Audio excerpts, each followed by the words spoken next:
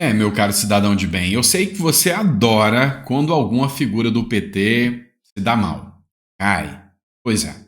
Vou te contar um segredo agora. Segredo que vai ser revelado em primeira mão. Talvez uma das figuras mais poderosas do PT, pois o Lula, podem cair nos próximos dias. E o resultado? Aprovação eleitoral pífia. O povo não quer PT. Eu vou mostrar para você quem é que está na mira agora dos próprios petistas e a chance de queda é muito, muito grande. Outro ponto que a gente vai falar também nesse editorial são os segredos, né, que o PT esconde. Pois é, um voo presidencial, o que será que rola ali dentro? Quais são os assuntos cabulosos e nebulosos que são discutidos? E as paradas? Pois é, Lula colocou em sigilo uma parada estranha, 10 minutos, num determinado local. Qual o motivo de colocar sigilo nisso? Não faz sentido. Alguma coisa está rolando. Vamos falar sobre isso? E por fim, vamos falar do prefeito de São Paulo, Ricardo Nunes. Alguns números foram apresentados. E esses números impressionam. Vou falar sobre tudo isso, não vou ficar dando spoiler, contar tudo que eu vou falar nesse editorial. E além disso, tem muitas outras matérias. Você já me segue há um tempo, você já sabe o formato do nosso canal. Porque aqui a gente não tem muita papas na língua, né? A gente vai pela verdade. A gente critica quando precisa criticar, elogia quando precisa elogiar. Esse é o modelo do nosso canal. Então, se você está aqui, você realmente tem coragem de entender os bastidores da política como ela é. Então, muito obrigado pela confiança que você tem no nosso canal. E vamos começar com a parte mais importante, né?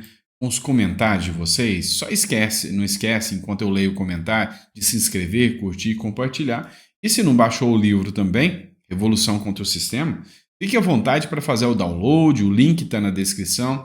Tenho certeza que você vai gostar do conteúdo. Fechou? Vamos lá. O José Eduardo ele fez um comentário. E a culpa, né? De quem é a culpa da gente estar onde a gente está hoje? Olha o que o Zé Eduardo escreveu. Doutor Sandro, o culpado de tudo é o povo, que não soube escolher seus representantes. Muitos votaram pelo estômago, por terem os seus deputados de estimação. Voto é igual um tiro dado, não volta mais, e faz um estrago terrível. Assino embaixo o que o José Eduardo da Cruz fez. Um dos pontos mais emblemáticos, inclusive, foi o caso do Otônio de Paula, e de novo eu vou falar sobre isso. Matéria do Globo. Com o aliado de Bolsonaro, Lula faz acena aos evangélicos e sanciona a lei que cria o Dia da Música Gospel. Né? No dia 9 de junho, o apoiador de Bolsonaro, Otônio de Paula, disse a Lula que os evangélicos não têm um dono, nem escolhem um candidato por idolatria ou revelação divina. E agora o próximo candidato, Otônio de Paula, dá a entender que seria o Lula. Né? Mas a grande questão aqui é o eleitor do Otônio de Paula, o eleitor do Romário, o eleitor do Cajuru, da Joyce, o eleitor do Frota. O Frota foi eleito novamente. Então, como que fica essa situação do eleitor que deposita a sua confiança numa pessoa? Porque ela tem um discurso, o discurso conservador, evangélico, e na hora de aplicar papel, ele faz totalmente o contrário. Totalmente o contrário. A minha visão é mais ou menos o seguinte: você chega um cara para fazer entrevista, você contrata um funcionário. Esse funcionário seu, ele se apresenta e você contrata ele para fazer a pintura da sua casa, a fachada da sua casa. Fachada bonita, boa. Quando você chega, você sai para trabalhar e volta. A hora que você chega, ele pintou uma estrela gigante do PT e escreveu Lula livre na porta da sua casa. Qual que é o sentimento que você tem? Pois é, eu acredito que o sentimento do eleitor, de quem vota na direita e vê um candidato fazendo M aí, né, fazendo porcaria, é porque o resultado é revoltante. Né? Então, com toda certeza, esse eleitor vai guardar isso na memória. Não tenho dúvidas disso. Pelo menos o eleitor conservador, voto não sai mais. Pelo menos não deveria. E é por isso que eu defendo que você, que acompanha a política, tem que observar cada candidato. Eu não voto em ninguém porque o Bolsonaro pediu. Não votaria no Nunes porque o Bolsonaro pediu. Mas voto no Nunes para impedir que o Bolo chegue ao poder. Tá vendo? Como que a questão da cognição, a questão do entendimento do momento em que você vive é que vai determinar as suas escolhas? É isso. Então, cuidado para não cair em discursos fáceis por aí, como foi esse caso, né? O voto é um tiro, né? E tiro não dá ré. Foguete já dá, tiro não. Certo? Vamos lá, pessoal. E aí nós podemos estar diante de uma queda gigantesca dentro da esquerda. Pois é. E se essa queda acontecer, eu presumo que algumas roupas sujas serão lavadas. Eu estou falando da presidente nacional do PT, a Gleisi Hoffmann. O Bruno Zambelli escreveu uma postagem e disse: "Tchau, querida." Pois é. Após o sucesso da direita nas eleições, ou melhor, após a derrota da esquerda nas eleições, foi humilhada tanto pela direita quanto pelo centrão e mostrou que ninguém tolera mais, ninguém aguenta mais essa esquerda maluca. Depois de tudo isso, o que aconteceu foi que agora é bem possível que a Gleisi vai cair. Acompanha só essa matéria que foi divulgada no CNN. A gente trata agora é algo que está sendo discutido depois das municipais e do desempenho do PT nas municipais, sobretudo. Pego daqui para falar para vocês que a saída antecipada da deputada Gleisi Hoffmann, hoje presidente nacional do Partido dos Trabalhadores, voltou a ser discutida por membros do partido. Há quem defenda que o governo vai precisar pensar as estratégias para 2026, depois dessa fracassada eleição municipal para o PT e para a esquerda de forma ampliada, e que seria pertinente, portanto, abrir diálogo já sob uma nova direção este ano. Então, o que a gente trata agora... Então, se você ficou com dozinha, pode deixar o seu recado para a Gleisi Hoffmann, se você ficou preocupado com a queda da Gleisi Hoffmann, mas o fato é que a queda da Gleisi Hoffmann simboliza muito mais. Simboliza o reconhecimento do fracasso do PT e sinaliza que eles já sabem, já não tem muita solução. Em 2026, eu estou vendo aí algumas pesquisas dizendo que Lula tinha 32% votos contra 15 do Marçal, contra 14 do Tarcísio. Tá sério isso? Cara, essas empresas que erram tanto nas suas pesquisas, elas precisam ser responsabilizadas. Isso é uma verdade. Eu duvido que o Lula tenha tanta força assim. E aposto no resultado de São Paulo. Sinceramente, aposto no resultado de São Paulo. A minha visão é que lá em São Paulo foi um terço da direita, né, porque os votos do Nunes foram da direita, direcionados pelo bolsonarismo, o outro um terço do Boulos, que é o voto da esquerda, e o outro um terço do Marçal, falando dos votos válidos. Cara, foi empate. E eu acredito que vai ser mais ou menos isso. Por isso que se a direita tem que estar unida, tem que estar unida, tem que haver um consenso.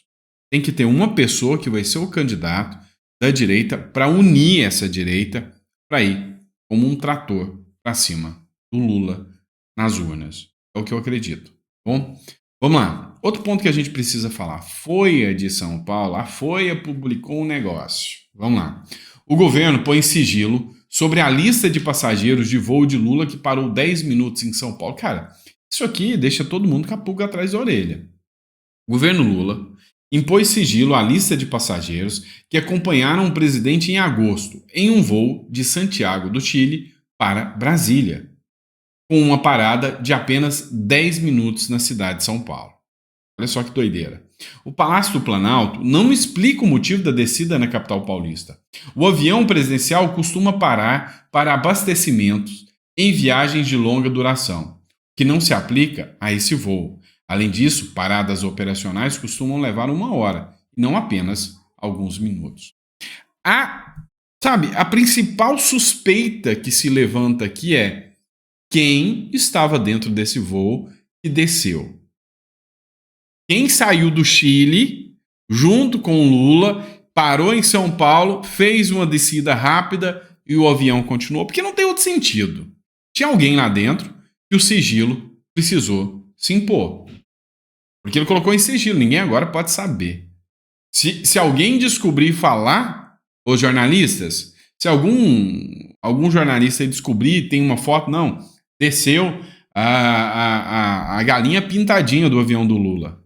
Esse cara vai ser preso por violação de sigilo, né, imposto pela presidência.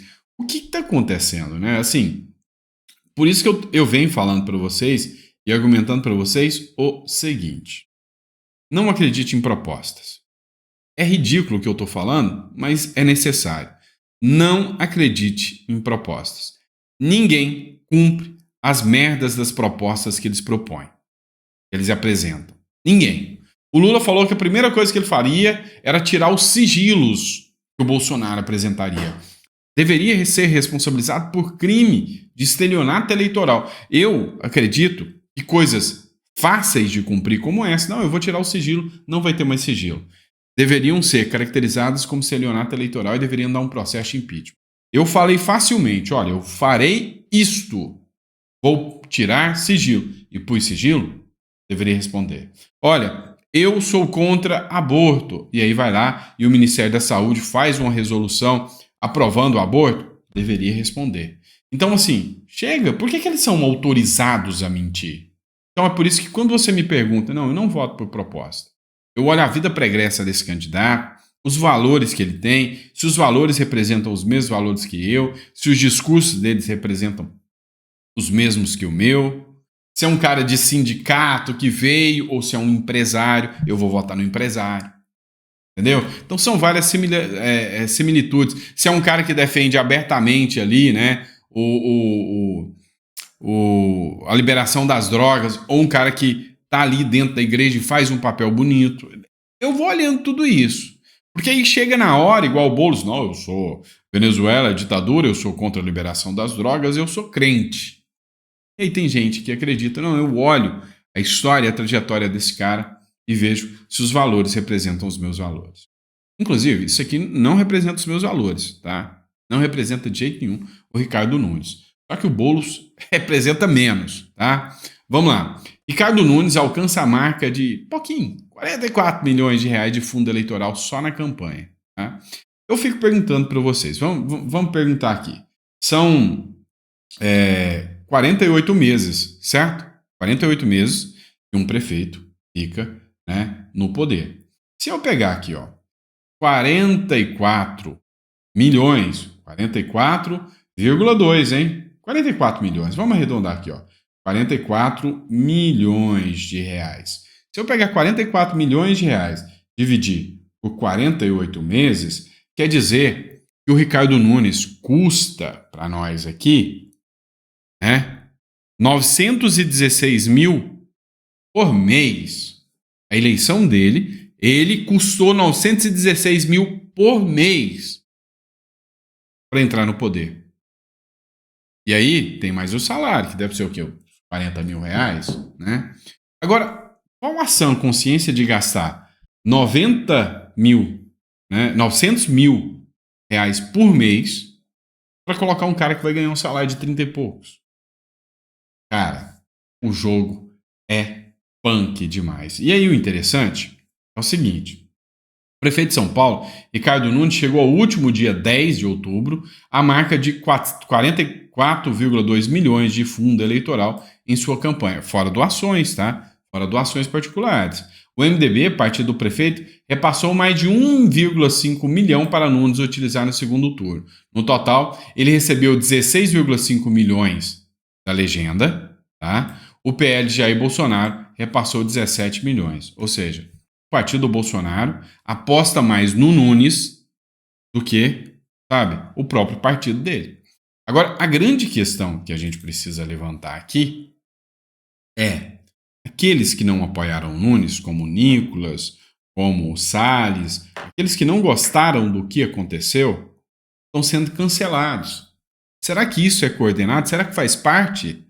Esses influenciadores que estão atacando o Nicolas, que estão atacando o próprio Marçal, que estão atacando... Será que alguma beirinha desses 44 milhões sobra? Porque, assim, não faz sentido. Cara, ele representa aquilo que a direita tem ojeriza. E agora defender que ele é o melhor para a direita? Ah, tá de sacanagem, né? Brincadeira. Vamos lá, pessoal, vamos falar do Bolsonaro. A Justiça Federal convocou Bolsonaro a depor no caso Silvinei Vasquez. Você deve lembrar do caso do Silvinei Vasquez, né? Silvinei, cara, é uma figura ímpar, né? O depoimento do Silvinei, e a gente viu o quanto o cara é um cara qualificado. Segundo informações, ele até teve preso por isso, ele estava fazendo blitz durante, né, o período ali eleitoral do segundo turno. Acontece que essas blitz, na visão do ministro Alexandre de Moraes, poderiam ter interferido nas eleições. Cara, será que dá para fazer um automandado de prisão por questão de interferência? Porque o que a gente mais viu, por exemplo, agora, foi um Twitter que interfere na opinião pública, sendo retirado por causa de eleição. Ah, tá de brincadeira, né? Então, assim, eu não defendo de jeito nenhum, e o Bolsonaro vai ter que depor. O juiz da Vara de Curitiba, ele entendeu que não quer o depoimento oral do Bolsonaro, né? Escrito do Bolsonaro. Bolsonaro terá que ir lá depor, né? E aí ele estava sob ordens do governo Bolsonaro. É mais uma coisa que querem pegar o Bolsonaro. Não tenho dúvidas disso. E aí nós vamos falar, né? Outro ponto agora. A galera da left, da esquerda, é interessante porque eles, como que eu posso dizer para vocês? Dizem que tudo vai ficar melhor no governo do amor, inclusive a saúde. Pois é, mas não é bem assim. Imagina se esse tipo de notícia que eu trago para vocês aqui fosse na época do governo do Bozo.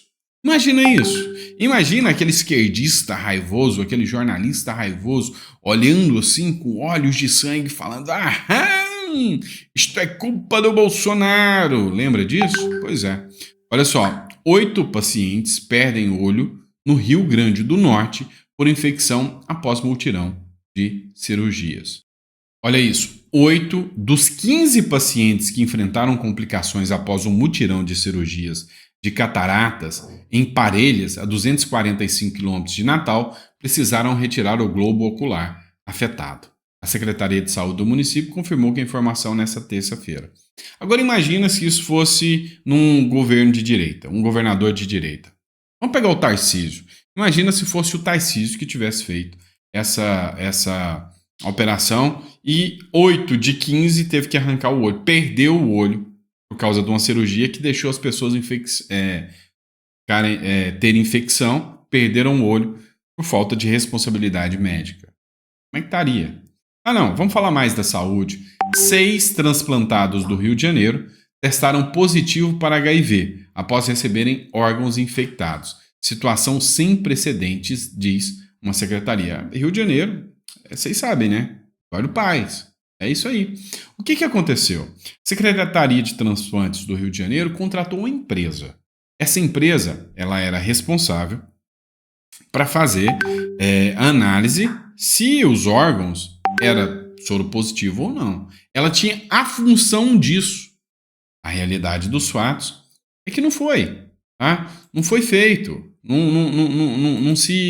Não se fez os exames. E o problema é que, a hora que começaram a investigar, viram que era um laboratório, assim, que não é laboratório. Ou seja, quando até a Globo fala para vocês que tem cara de fraude, tem cara de corrupção, é porque o negócio é assustador. Escuta só isso. Essa empresa não tinha nem alvará sanitário.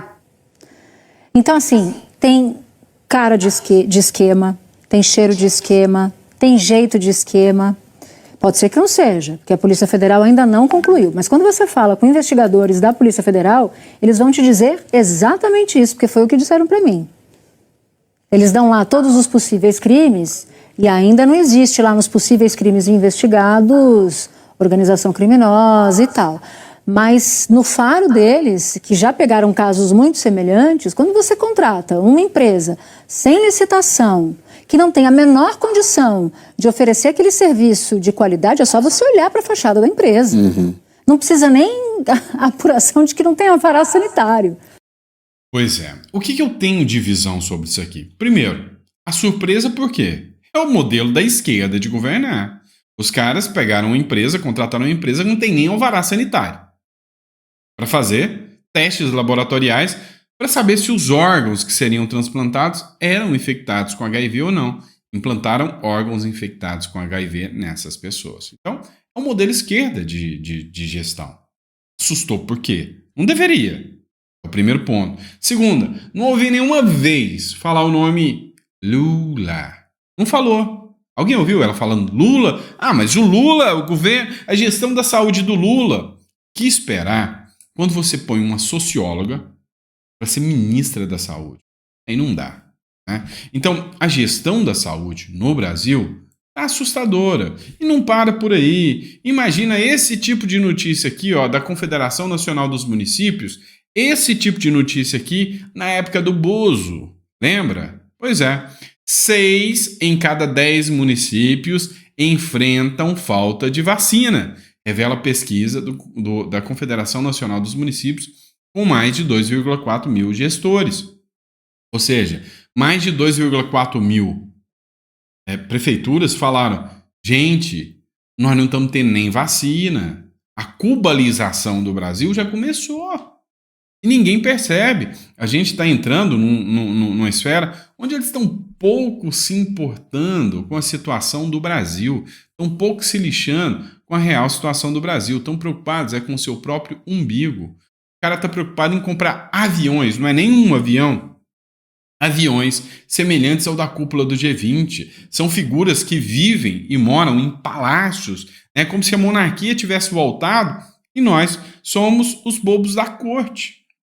Nós somos os palhaços que bancam tudo isso. Aí não dá, né? Aí fica feio.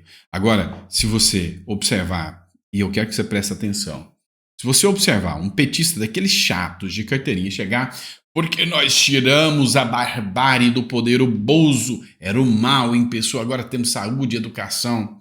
Você fala, rapaz, eu tinha visto uma matéria da época do Bozo, né, que dizia que 64%